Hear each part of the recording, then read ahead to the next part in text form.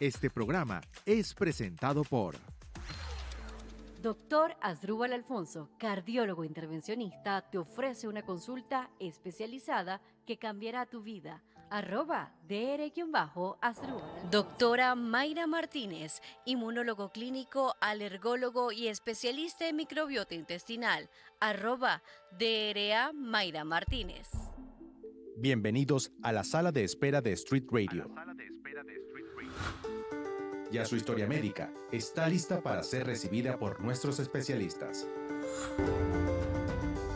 Daniela Salas te acompañará a despejar dudas sobre la prevención de patologías, avances y posibles diagnósticos o tratamientos que te ayudarán a mejorar tu vida y tu salud. Ya comienza tu consultorio podcast. Y así comienza tu consultorio podcast. El día de hoy estaremos hablando sobre cardiopatía isquémica. El encargado ya lo estaremos presentando en tan solo segundos, pero primero saludamos como siempre a toda la audiencia, tanto de la radio tradicional a través de la 96.9 FM, la radio podcast en la ciudad capital, y también en Valencia tenemos nuestra señal, la 105.3 FM. Saludamos a todos los habitantes de Valencia, Estado Carabobo, y a todas las personas que están conectados a través de las diferentes plataformas digitales, tanto en Instagram, YouTube, TikTok, Twitch. Estamos a través de @laradiopodcast. Mi cuenta @Daniela J. Salas. En la producción, José Francisco Carvajal. En el micrófono, Daniela Salas. Certificado de locución 52.991. Colegio Nacional de Periodistas 22.768. Ahora sí, presentamos al médico encargado de esta consulta del día de hoy, el doctor Asdrúbal Alfonso, cardiólogo intervencionista. Doctor, el micrófono es suyo. Hola Daniela, gracias por la invitación. Y bueno, como siempre, para mí es un placer conversar de un tema que me apasiona, que es la cardiopatía isquémica, y que bueno, que es muy común y muy frecuente en la actualidad. Fíjate que la cardiopatía isquémica anteriormente hablaban y decían que era una enfermedad de los abuelitos, que era una enfermedad, no, bueno, mi abuelo es el que tuvo un infarto, y ya ahora, lamentablemente, porque no es un orgullo decir esto, la cardiopatía isquémica ahora estamos viendo con mayor frecuencia repetirse en pacientes jóvenes, en pacientes, cuando nosotros hablamos de pacientes jóvenes, estamos hablando de pacientes menores a 44 años, que es lo que habitualmente se relaciona para decir paciente joven. Estamos viendo con preocupación entonces cómo esto se está viendo frecuentemente, y nosotros como cardiólogos intervencionistas nos parece muy, muy extraño que en estos últimos 4 o 5 años hemos hecho cateterismo a pacientes de 40 años, pacientes de 38 años, que anteriormente pensar que alguien hacer un cateterismo a un paciente tan joven iba a ser cierto. Pero fíjate que solamente en estos pacientes con jóvenes que tienen cardiopatía isquémica, cuando hacemos el cateterismo no es que no nos encontramos nada, sino que encontramos enfermedad, encontramos estenosis, encontramos oclusiones, muy probablemente de un solo vaso, pero sí encontramos entonces enfermedad. Entonces la cardiopatía isquémica sigue siendo, y por eso que vemos que en cualquier espacio que nos brinden a nosotros poder conversar de cardiopatía isquémica, lo vamos a hacer con mucho gusto para prevenir esta terrible enfermedad. Claro que sí, a veces hablamos de infarto, y sí, antes pensábamos que el infarto solamente estaba relacionado a la persona de la tercera edad. Veíamos con mucha frecuencia infartos en hombres. Sin embargo, lo hemos hablado en algunas oportunidades, en otros espacios, pero para las personas que están con nosotros el día de hoy, entender un poco también la diferencia de ese corazón del hombre y la mujer más allá de los sentimientos, porque a veces decimos, es que las mujeres sentimos distintos que los hombres, pero también tenemos una función y también una reacción con las hormonas totalmente diferente. Entonces ahí sí tenemos una diferencia. Sí, fíjate que la cardiopatía isquémica todavía es predominantemente de hombre. Es una enfermedad que ocurre mucho en los hombres, tanto en hombres jóvenes y en hombres adultos. Pero ¿qué pasa? Y es muy cierto lo que tú estás comentando, Daniela. ¿Qué pasa el infarto en la mujer? El corazón del hombre y la mujer son dos órganos totalmente diferentes, ¿no? Estos días yo analizaba y pensaba un poco en la cardiopatía isquémica en la mujer, porque aparte que no es tan frecuente, y gracias a Dios no es tan frecuente, pero ustedes, las mujeres, cuando tienen enfermedad o cardiopatía isquémica, suele ser muy agresiva, Sí. suele ser una enfermedad bastante incapacitante en la mujer.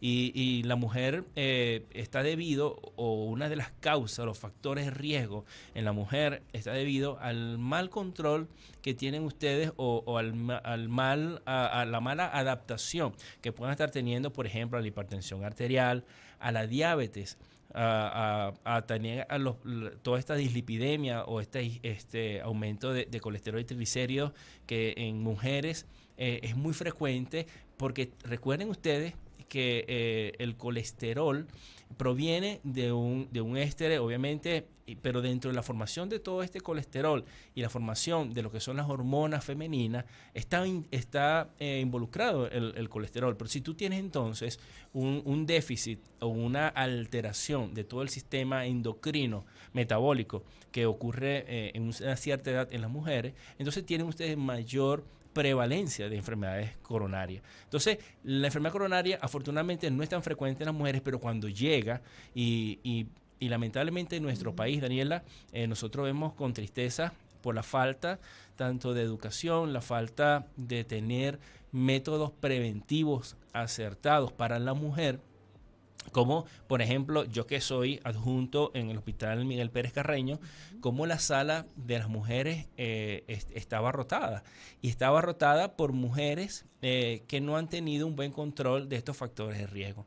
Entonces la cardiopatía en la mujer es una enfermedad muy agresiva, y que nosotros debemos tener mecanismos más eficaces para poder diagnosticar en mujeres cardiopatía isquémica.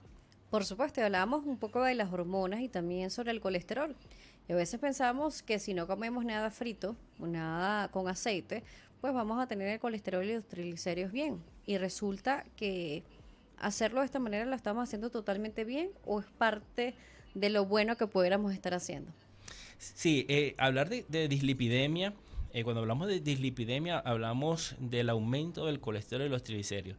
Esto es motivo de mucha controversia, en los actuales momentos hay en las redes sociales, hay opinadores que no son médicos, y yo siempre... Opinadores de oficio. Opinadores de oficio, y mucha gente a veces yo los veo en cuando uno está visitando las redes sociales, y me preocupa que alguien o que está detrás de ese celular o detrás de esa pantalla pueda creer lo que dicen muchos de estos opinadores de oficio.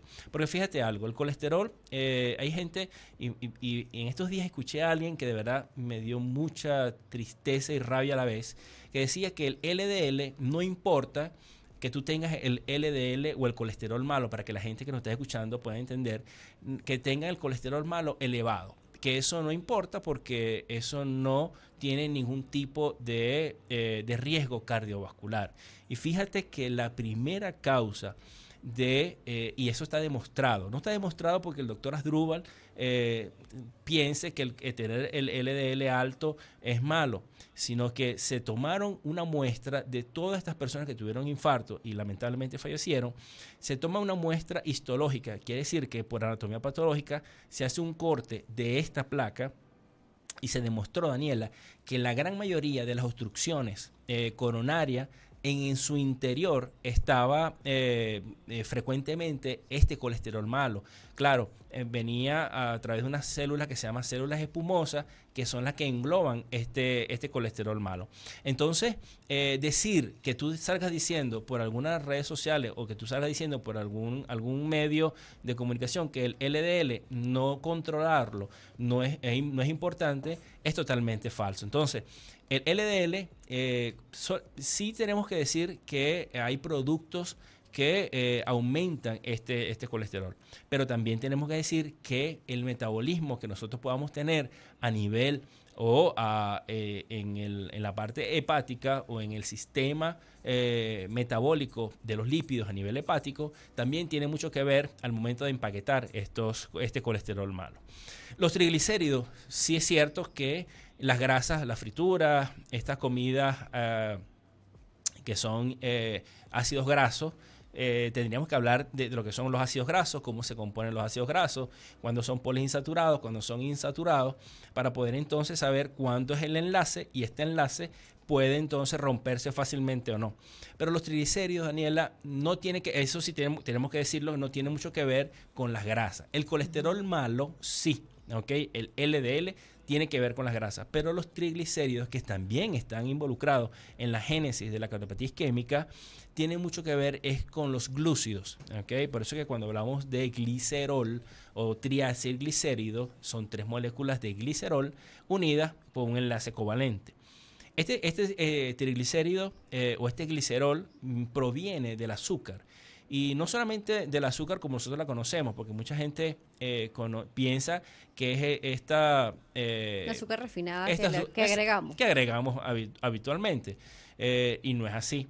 Porque ahí, por ejemplo, estos días vi un paciente que me dice: doctor, yo dejé absolutamente el azúcar, pero estoy consumiendo fruta. Y yo le digo: ya va, ¿cuánto estás consumiendo? No, yo me como aproximadamente unos 500 gramos de fruta, una ensalada de fruta. Yo le digo: la fruta también contiene algún tipo, por llamarlo así, Daniela, de fructosa. Por eso se llama fruta, porque es fructosa. Es como un azúcar, pero un poquito más natural, sí, pero sí, en grandes cantidades hace como la misma función. Exactamente, hace la misma función del azúcar. Lo mismo de la sacarosa. Cuando hablamos de la sacarosa, que son estos edulcorantes, tenemos sacarosa, tenemos celulosa, tenemos otros análogos del azúcar. Cuando nosotros consumimos altas cantidades, estas pueden entonces, por algún tipo de metabolismo alterno, llegar a ser como el azúcar. Y entonces esto puede aumentar los triglicéridos. Por eso que nosotros, cuando hablamos de triglicéridos, hablamos azúcar en primer lugar. Pero la gente: no, yo no consumo azúcar, doctor. Que yo a veces le digo: ojo, no es el azúcar que usted le añade a las comidas, es esta azúcar que viene incluida en algunos productos, como por ejemplo lo que son las harinas refinadas, lo que es el pan, por ejemplo, la pasta, que son harinas más complejas, son harinas o que está unido al trigo, y entonces esto puede también incluir como un caballo de Troya el azúcar y elevar los triglicéridos. Claro, a veces decimos: bueno, yo no estoy comiendo azúcar, pero sí como pan, sí como grandes cantidades de fruta. No estamos diciendo el día de hoy que usted no coma fruta, sino comer cantidades moderadas. Sí, es que el secreto está que yo debo de reconocer cuánto, primero es importante reconocer cuánto es mi consumo calórico diario. ¿Okay? Poder yo reconocer el consumo calórico diario, y eso es muy fácil de poder, es una ecuación matemática. Yo, mi edad por una constante que es 22, esto me va a dar el consumo diario de calorías que yo puedo tener en mi cuerpo. Yo, dependiendo del tipo de actividad física que yo pueda hacer, si yo hago actividad leve, moderada o severa, ¿okay? Una actividad intensa, perdón. Yo, dependiendo de esto, puede ser, si yo hago actividad moderada, por ejemplo, son 500 calorías que yo debo de restarle a esa. Y ese total que usted le da es el número de calorías que usted, lo que llamamos nosotros el metabolismo basal, es lo que usted basalmente tiene de consumo de calorías. Entonces, para poder usted bajar de peso o estar en un buen riesgo o bajar el riesgo cardiovascular de ese porcentaje, usted debe disminuir. ¿Okay? Supóngase usted que sean 3.000 calorías, yo debo de consumir menos de 3.000 calorías en 24 horas para tener un balance negativo calórico y poder entonces tener una tasa metabólica exitosa y poder bajar de peso. Bajar de peso. Sí, bueno, ¿quién que nos está escuchando en algún momento de su vida no ha querido bajar de peso? Bueno, también hay personas que todo lo contrario, desean subir de peso, pero el grueso mayor de la población en el mundo pues busca siempre como esa meta de establecer un peso ideal, pero el peso ideal también debe estar relacionado a nutrirnos correctamente, y aunque hoy no estamos hablando de nutrición, estamos hablando del corazón, no podemos dejarlo a un lado. Sí, porque cuando hablamos nosotros de cuáles son los factores de riesgo para cardiopatía isquémica, sabemos que es muy diferente, Daniela, es muy diferente pacientes jóvenes que pacientes adultos mayores. Por ejemplo, en pacientes jóvenes, la cardiopatía isquémica, la primera causa de cardiopatía isquémica es el tabaquismo. La segunda es el sedentarismo y obesidad. Tercero, la utilidad. Fíjate, esto es importante, la utilidad de anabólicos y estimulantes. Y cuarto, viene entonces la hipertensión arterial, cosa que es muy diferente de la cardiopatía en el adulto mayor. En el adulto mayor, la primera causa es hipertensión arterial. Segunda causa es la diabetes mellitus. Tercera causa, dislipidemia. Y la cuarta causa es, en este caso, el tabaquismo como causa de cardiopatía isquémica. Por acá no nos olvidamos tampoco de la audiencia, aquellas personas que están en su casa, en su carro, en su oficina, en donde usted esté, tanto por la radio tradicional, por la 96.9 en Caracas o en Valencia por la 105.3, o están a través del streaming o están también conectados a través del Instagram Live, a través de mi cuenta @NilaJSales y la cuenta del doctor Asdrúbal Alfonso. Tenemos a Sandra que nos dice: hola, buenas tardes, saludos desde Cumanacoa. Saludo también para ti, saludo para todas las personas que nos sintonizan, venezolanos dentro de Venezuela y también fuera de nuestras fronteras, y aquellas personas que de repente no son venezolanos pero están viendo este podcast el día de hoy. Así que es muy importante entender cómo cuidar el corazón, porque dice, oye, no, yo cuido el corazón, o sea, yo camino, pero caminar, por ejemplo, es suficiente para cuidar el corazón. No, la caminata es una actividad física importante. Estos días en la consulta le decía a una ama de casa, ella me decía, doctor, yo le digo, tienes que fomentar el ejercicio, porque nosotros el ejercicio para la salud cardiovascular es una prescripción. ¿Qué quiere decir cuando hablo de prescripción del ejercicio? Que yo comparo, y hay estudios importantes que comparan el ejercicio con un antihipertensivo muy común que se llama enalapril. Cuando compararon el ejercicio vigoroso y cuando lo compararon con el enalapril para disminuir la presión arterial, eran casi iguales. ¿Qué quiere decir? Que si yo yo soy hipertenso y yo hago actividad física intensa, yo puedo disminuir mis cifras de presión arterial por lo menos unos 3 a 5 puntos de presión arterial. ¿Qué quiere decir? Que si yo estoy en 130 o 140 de presión arterial, yo puedo llegar a la normalidad solamente haciendo actividad física. Pero cuando hablamos de actividad física, y esta señora me decía, doctor, pero yo paso todo el día en mi casa, de la cocina al comedor, del cuarto riego las matas, voy al frente, bajo las escaleras, subo las escaleras, y yo le decía, pero eso no es ejercicio. Claro, está en movimiento, pero no haciendo ejercicio. Exactamente. Estás en una actividad física, pero no es ejercicio. Cuando hablamos de ejercicio, estamos hablando de aquella actividad física que involucra la mayor cantidad de músculos posible. Pero esto tiene que llevar como consecuencia dos cosas importantes. Aumento de la frecuencia cardíaca, y cuando hablamos de aumento de la frecuencia cardíaca tenemos que decir que debe llegar la frecuencia cardíaca por lo menos al 85% de tu capacidad funcional general. ¿Cómo hacemos esto? Bueno, muy sencillo, agarramos su edad, usted agarra la edad menos 220 y eso es su capacidad funcional al 100%.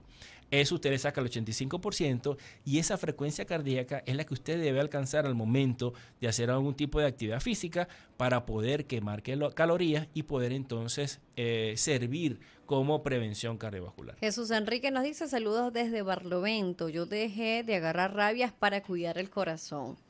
Sí, las emociones también, ahí veíamos algunos puntos, alimentación, ejercicio y emociones.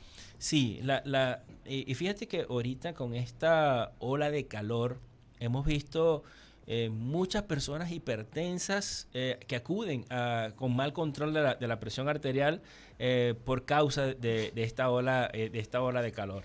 Fíjate que y la causa de esta ola de calor es porque las personas se sienten fastidiadas, se sienten angustiadas y se sienten con mucho calor y con muchas ganas de salir corriendo y refrescarse. Y estos pacientes entonces entran en una angustia. Lo mismo en un estado importante de liberación de de adrenalina, de catecolamina. Entonces, esto produce hipertensión arterial. Y estamos viendo ahorita cómo hay aumento, un repunte importante de la hipertensión arterial en estos meses de calor. Y nos damos cuenta entonces cómo las emociones, y fíjate algo tan sencillo y que no pareciese que fuese, que nos fuese a importar mucho desde el punto de vista cardiovascular, cómo esto entonces genera hipertensión arterial. Por supuesto, por acá seguimos leyendo comentarios. Sandra nos dice, yo soy hipertensa. El mensaje, Sandra, se cortó, no llegó completo. Si tienes alguna pregunta sobre eso. Por acá también Mía Ro dice, buenas tardes, soy hipertensa desde diciembre del 2023 y la tengo descontrolada. La importancia del seguimiento médico, Asdrúbal. Sí, siempre me preguntan, y muchos pacientes, ¿cuándo debo ir y cuántas veces debo ir a la consulta con el cardiólogo? Bueno, ¿cuándo debo ir? Primero usted debe de reconocer cuáles son sus factores de riesgo cardiovasculares para poder entonces saber si está en un riesgo leve, moderado o alto riesgo, y dependiendo de esto debe acudir al cardiólogo. Si usted tiene factores de riesgo, tanto familiares, y recuerden que los familiares son infartos, hipertensión arterial y diabetes de primer orden. Pero si usted entonces también tiene un síndrome metabólico, usted entonces ha tenido aumento de la presión arterial, usted debe ir antes de los 45 años al cardiólogo para hacer una evaluación. Recuerden que dentro de la cardiología existe algo que se llama la cardiología preventiva. La cardiología preventiva es aquel momento de la cardiología donde yo voy a evaluar de forma completa a este individuo con factores de riesgo y voy entonces a establecer las probabilidades de que pueda desarrollar alguna enfermedad cardiovascular. Por acá, Arte Vascular nos dice, es importante no esperar manifestar algún síntoma para hacer un chequeo como un órgano que no descansa como el corazón. Cuando hay algún síntoma es porque hay algún problema.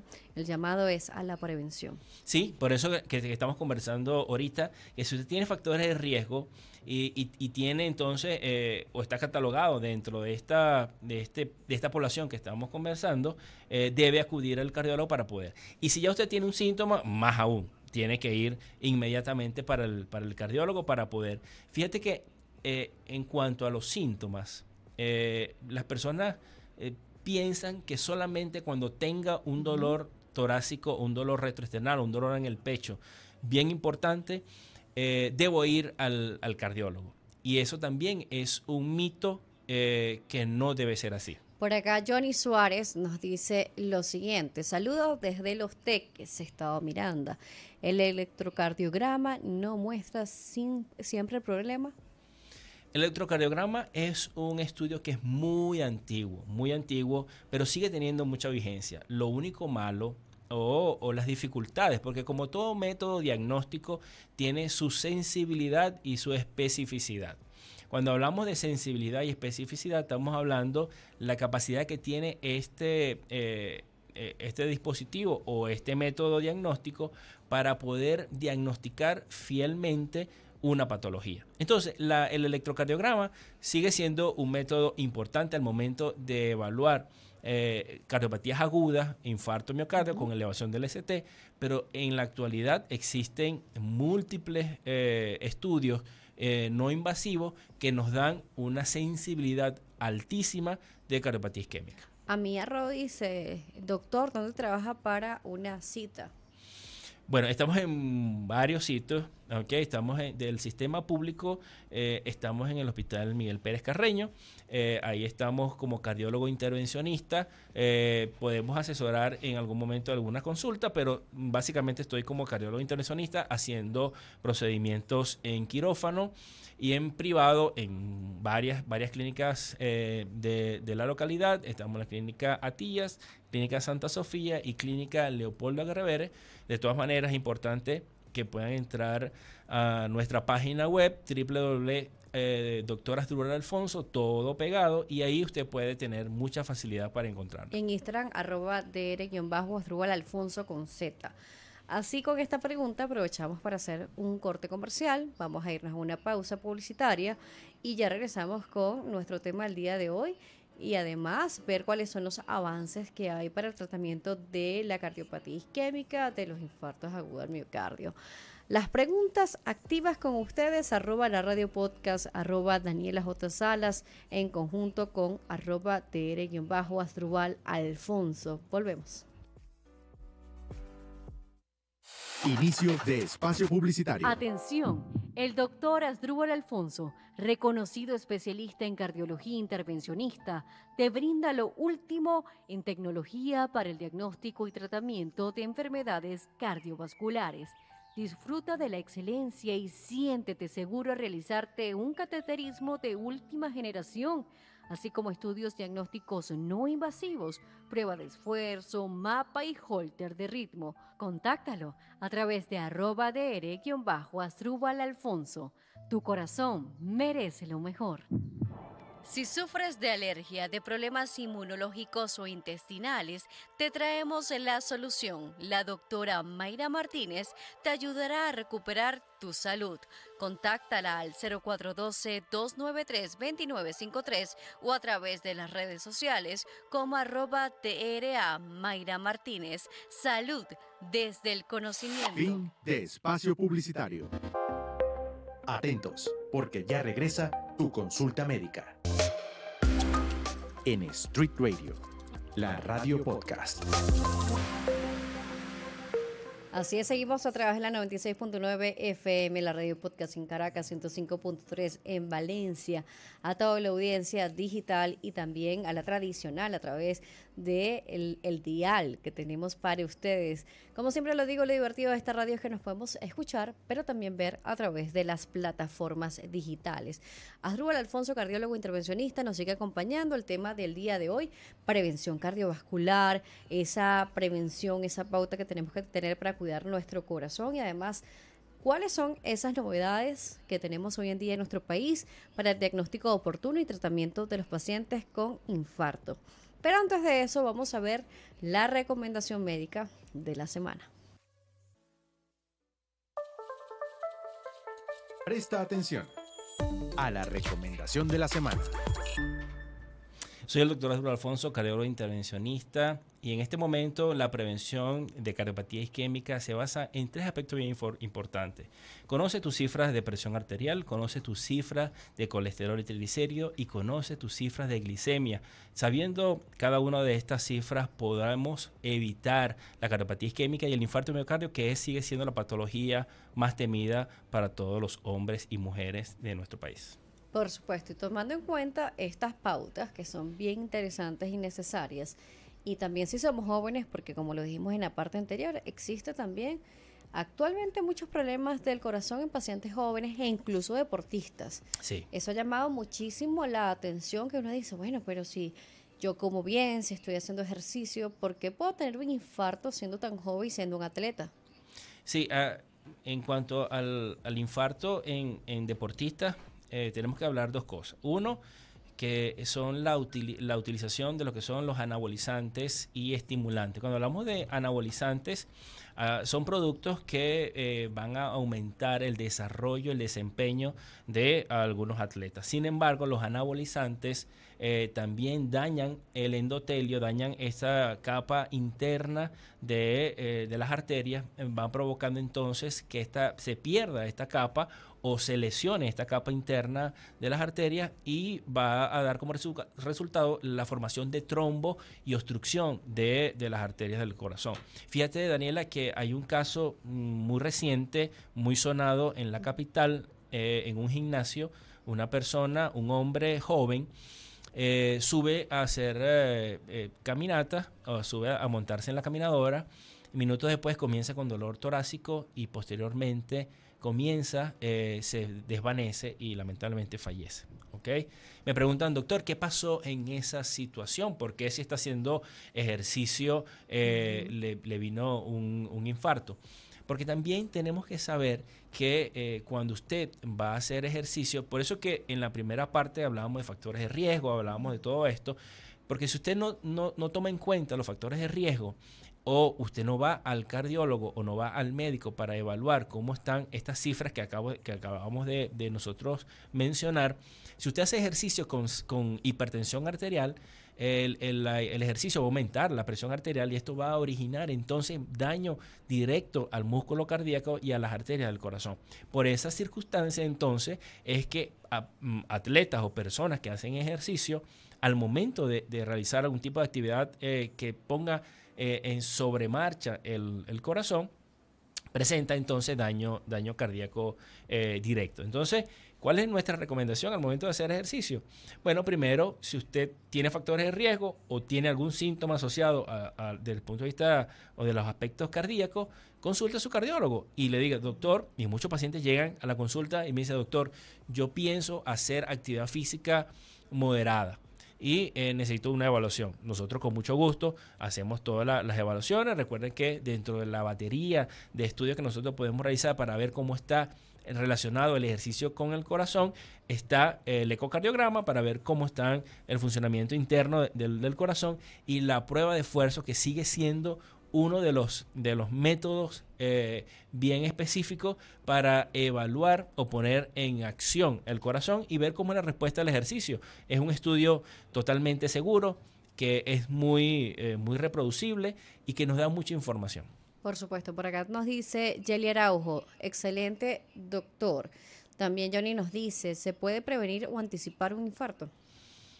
Bueno, la prevención, yo siempre digo, no es fácil, porque hay pacientes que lo hemos visto en la consulta y le hemos hecho todos los estudios, hemos hecho estudios no invasivos, y si este paciente en algún momento llega a tener crisis hipertensiva o llega a tener una ruptura abrupta de una placa que no podemos nosotros evaluar en la consulta, está predispuesto a un infarto. Pero fíjate que hablando de nuevas tecnologías y avances importantes en la cardiopatía isquémica, una de las novedades actuales para poder prevenir la cardiopatía isquémica está el score de calcio. ¿Qué es el score de calcio?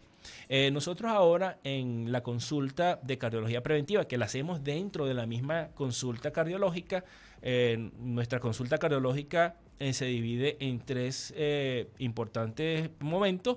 La cardiología preventiva, tenemos la consulta de cardiología patológica o de patología cardiovascular, que es donde está la angina, el infarto y todo esto, y la consulta de rehabilitación. Todos estos momentos los hacemos en la misma consulta de cardiología.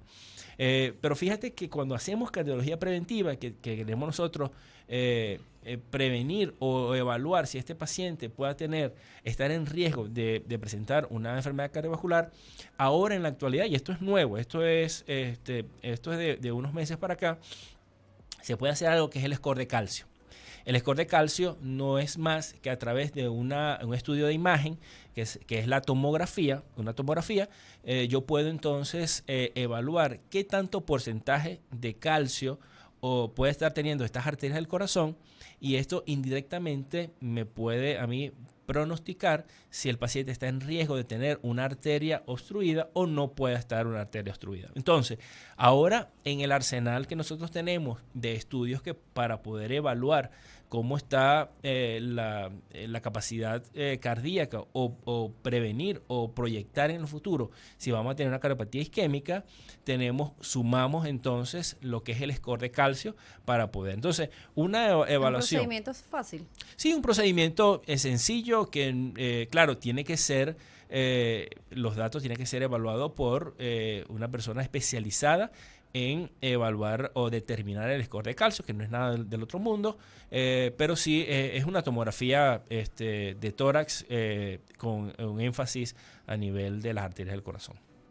Importante conocer esto, y además quiero preguntarle sobre utilizaciones de algunos métodos. Por ejemplo, nos estaban preguntando hace unos minutos sobre el consumo de magnesio para el corazón. Pero resulta que el magnesio también tiene diferentes derivados y uno dice, bueno, estoy tomando magnesio, pero ¿estaré tomando el magnesio correcto en caso de que sí funcione para el corazón? Y el magnesio sigue siendo de mucha controversia, hay sus detractores, hay sus que están a favor. Voy a hablar desde el punto de vista netamente cardiológico. Cuando nosotros hablamos de déficit de magnesio, se ha asociado a trastornos del ritmo cardíaco y se ha asociado a aumento de la hipertensión arterial. Hay estudios claros, estudios serios que van a favor del déficit de magnesio, produce estos tipos de patologías. Produce entonces lo que es los trastornos del ritmo, arritmia, fibrilación auricular y produce hipertensión arterial. También se ha asociado muy bien que algunos tipos de magnesio, cuando hablamos de los tipos de magnesio, estamos hablando de que el magnesio no todos los magnesios o no todo el magnesio que ustedes ven comercialmente funciona desde el punto de vista cardiovascular. ¿Okay? Entonces, por ejemplo, el citrato de magnesio, el fumarato de magnesio, el aminoquelado, el magnesio aminoquelado, son magnesios que su biodisponibilidad en la sangre es mucho mayor que otros tipos de magnesio. Entonces, para nosotros poder, y cuando hacemos, insisto... ¿Esos son los correctos para el corazón? Esos son los correctos para el corazón. Entonces, cuando nosotros prescribimos magnesio desde el punto de vista cardiovascular, yo previamente he hecho un análisis en sangre de magnesio que nosotros podemos medir perfectamente, y si nosotros vemos que este magnesio está en déficit, hacemos una sustitución del magnesio. ¿Okay? Entonces, es la única forma de poder nosotros hacer suplementos de magnesio en pacientes que tienen este tipo de patología. Le pregunto esto porque es una duda muy frecuente y además nos está diciendo que tienen que hacerle un estudio de sangre para saber cómo está el magnesio en esta persona. Sí. O sea, es decir, que no es que yo me paré hoy y dije, voy a empezar a tomar magnesio para cuidar mi corazón, voy a la farmacia, compro magnesio y empiezo a tomarlo por tiempo indefinido. Sí, es que el magnesio, más bien, si yo tengo niveles normales de magnesio y hago una sobredosis de magnesio, más bien puedo fomentar, al contrario, puedo fomentar trastornos cardíacos que son a la inversa. Puedo fomentar entonces arritmia, fomentar trastornos de contracción muscular. Entonces, nosotros responsablemente, cuando determinamos que hay un déficit de magnesio en sangre, hacemos la reposición. De resto, solamente con una buena alimentación, comiendo suficientemente pescado, comiendo otros productos que puedan darnos el magnesio que necesitamos en la dieta, es suficiente para mantenerlo. Quiero también hacer una pregunta que nos llega a través de las redes sociales y nos dicen si existe la posibilidad de poder revertir la hipertensión arterial. Bueno, y ahora uno de los aspectos novedosos que queríamos conversar también es el término de reversibilidad de la hipertensión arterial.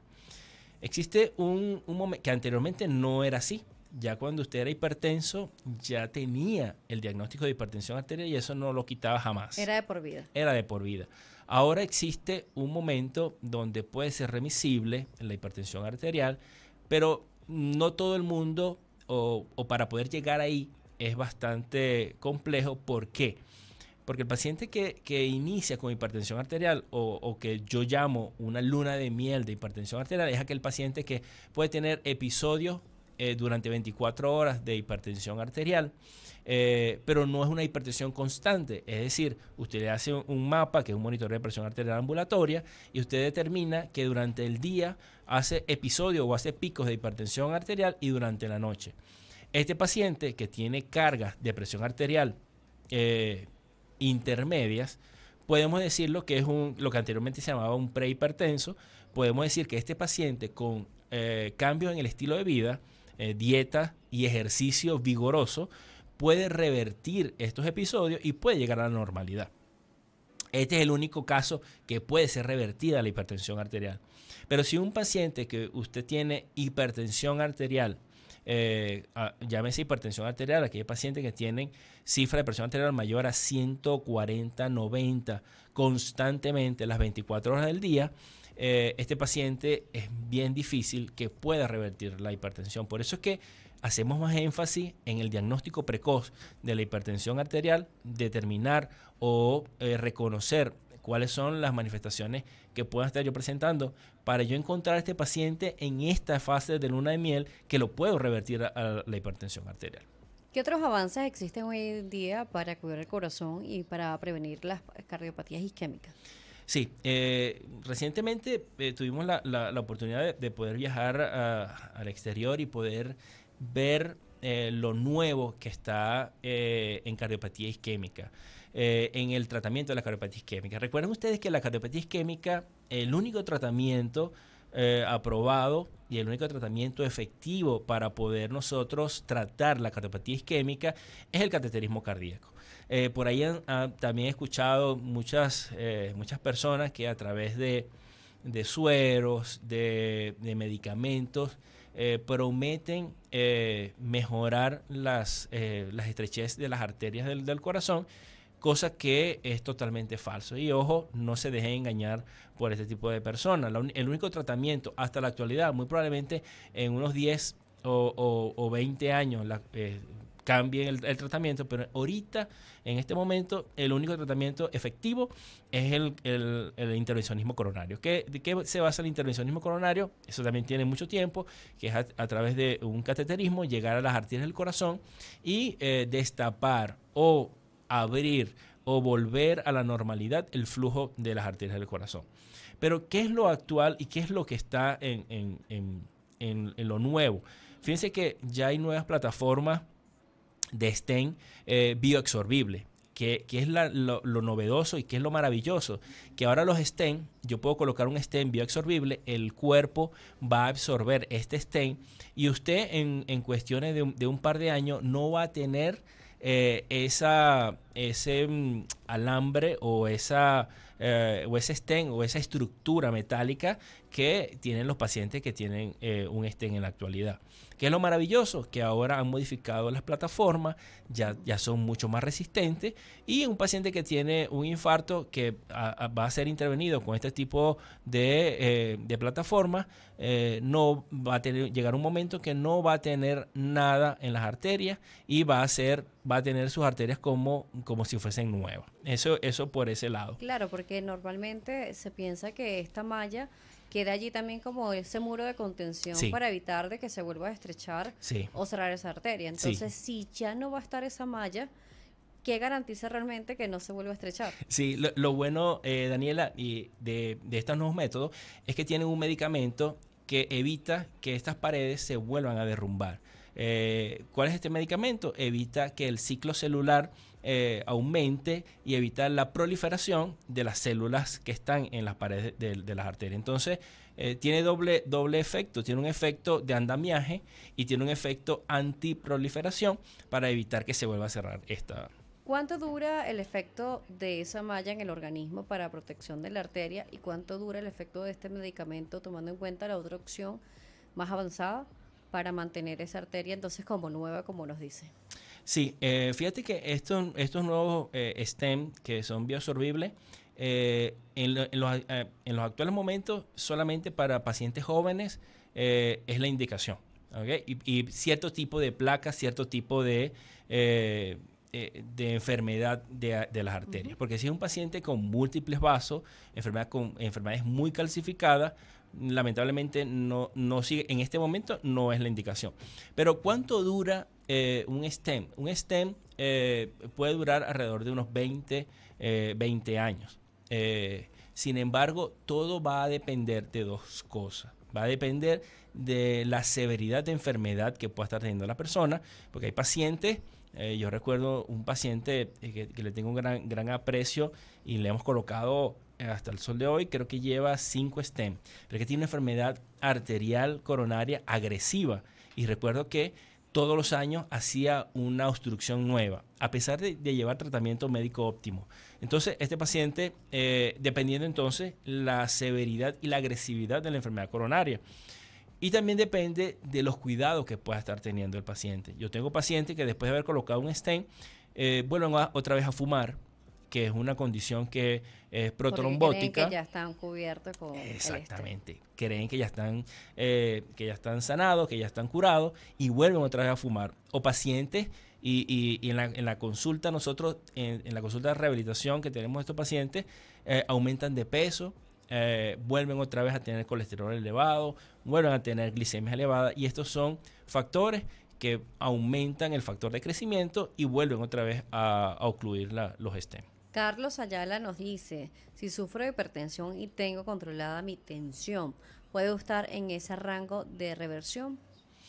Sí, fíjate que de qué depende bueno, obviamente del tipo de hipertensión arterial, porque hay hipertensión que son leves. Cuando nosotros hablamos, y para hacerlo de forma más didáctica, que ustedes puedan entender, ¿no? Una hipertensión leve es aquella que nosotros podemos tratar con uno o dos medicamentos.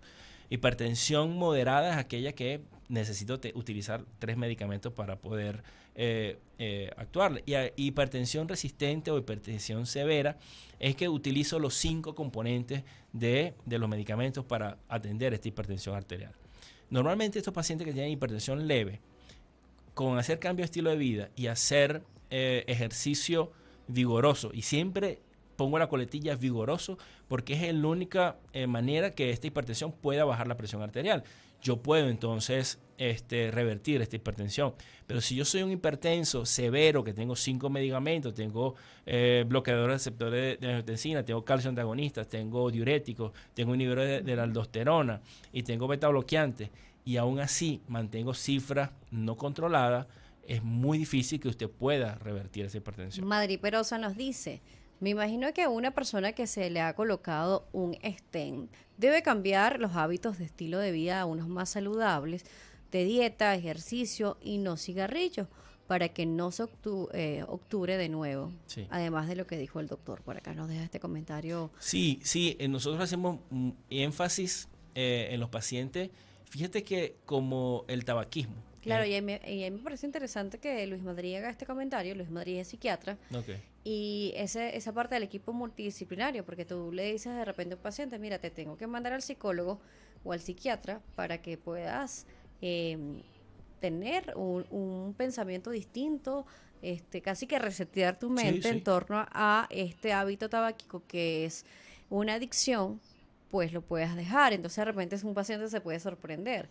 Sí. Pero ¿qué tan acertado podría ser esta combinación? Sí, es que yo lo llamo ¿qué pasa el día después de un infarto? Sí. ¿Qué pasa el día después? El día después de un infarto el paciente necesita una ayuda psicológica porque han ocurrido varios sucesos. Primero, lo que es el estrés postraumático, porque una persona que ha estado o en un infarto de graves magnitudes, o ha estado toda su vida con una angina de pecho, que esto amenaza su vida, ellos son pacientes que están bajo un estrés postraumático. Pero ¿qué ocurre con los factores que te conllevaron a ese infarto? Como es el tabaquismo, como es la adicción, porque hablar de adicción, por ejemplo, la adicción a los carbohidratos, la adicción a los dulces, ¿okay? La adicción o la falta de motivación al ejercicio. Entonces, por ejemplo, cuando nosotros tratamos, o uno de los fuertes en cuanto al postinfarto, que es la cesación del tabaquismo, es bien difícil, Daniela, porque pacientes que han fumado toda su vida, dejar de la noche a la mañana, dejar el hábito tabáquico es sumamente difícil. Y necesitamos el apoyo. Posible. Sí, es posible y nosotros, gracias a Dios, en nuestra consulta, un gran porcentaje lo ha logrado, ¿okay? Y es básicamente con este apoyo multidisciplinario que podamos nosotros enfatizar en la consulta con el psicólogo, con el psiquiatra, para que ellos puedan trabajar estas adicciones y puedan entonces disminuir la probabilidad de regresar nuevamente al tabaquismo y un nuevo infarto. Y es interesante poder cambiarnos el switch y el chip de que la salud mental o ir al psicólogo o al psiquiatra solamente es si tenemos algún tipo de enfermedad mental. Entonces creo que aunque no estemos hablando de la mente, aunque si queremos cuidar nuestro corazón, esa mente tiene que estar sana. Sí, fíjate que hablaba de un término que es esta adicción a la comida y a los carbohidratos. Y muchos pacientes que me dicen, doctor, pero es que yo no puedo dejar el azúcar, yo no puedo dejar el pastelito, yo no puedo dejar la torta, yo no puedo dejar la pasta, porque se convierte en una adicción. Y tratar estas entidades, que poder tratarla y poder mejorar la alimentación de cualquier persona con una patología cardíaca, estamos obteniendo un beneficio de más del 80% en evitar las enfermedades cardiovasculares. Es tratada por estos tipos de profesionales que nos van a ayudar a mejorar esa situación. Mensaje final, doctor. Importante es reconocer cuáles son tus factores de riesgo cardiovasculares. Recuerden que los factores de riesgo nos va a dar la probabilidad de desarrollo de enfermedades cardiovasculares. Y si usted tiene algún síntoma, siempre mi recomendación es que consulte al cardiólogo para hacer todos los estudios necesarios para evitar y prevenir enfermedades cardiovasculares a futuro. Doctor, ¿cómo lo pueden contactar? Bueno, estamos en casi todas las plataformas, pero básicamente nos encontramos en Instagram como dr-asdrúbal Alfonso, y ahora tenemos la sorpresa que tenemos nuestra página web www.drasdrubalalfonso, todo pegado. Ahí tenemos de todo para que usted pueda disfrutar la página en internet, puede solicitar su cita y puedan acompañarnos en este viaje que es la prevención cardiovascular. Doctorísima dice, un cardiólogo con una visión multifactorial que se hace entender. Gracias por acá. Y bueno, con este mensaje también, agradeciéndoles a todos ustedes, también a Janet que nos pone gracias por acá, a todos los que participaron, a todos los que nos escucharon, que estuvieron atentos, y a los que los van a ver en este momento en diferido, gracias también a ustedes. Gracias, Daniel. Asdrúbal Alfonso, cardiólogo intervencionista, nos estuvo acompañando el día de hoy, así que ya saben, a cuidar ese corazón, esa bomba natural que nos ayuda a toda la oxigenación de nuestro cuerpo. En la producción les estuvimos acompañando José Francisco Carvajal, en el micrófono Daniela J. Salas, así también me consiguen en redes sociales, certificado de locución 52.991, Colegio Nacional de Periodistas 22.768. Gracias por estar con nosotros una vez más en una entrega de Tu Consultorio Podcast. Es presentado por Doctor Asdrúbal Alfonso, cardiólogo intervencionista, te ofrece una consulta especializada que cambiará tu vida. @dr-Asdrúbal Alfonso. Doctora Mayra Martínez, inmunólogo clínico, alergólogo y especialista en microbiota intestinal. @DRA Mayra Martínez.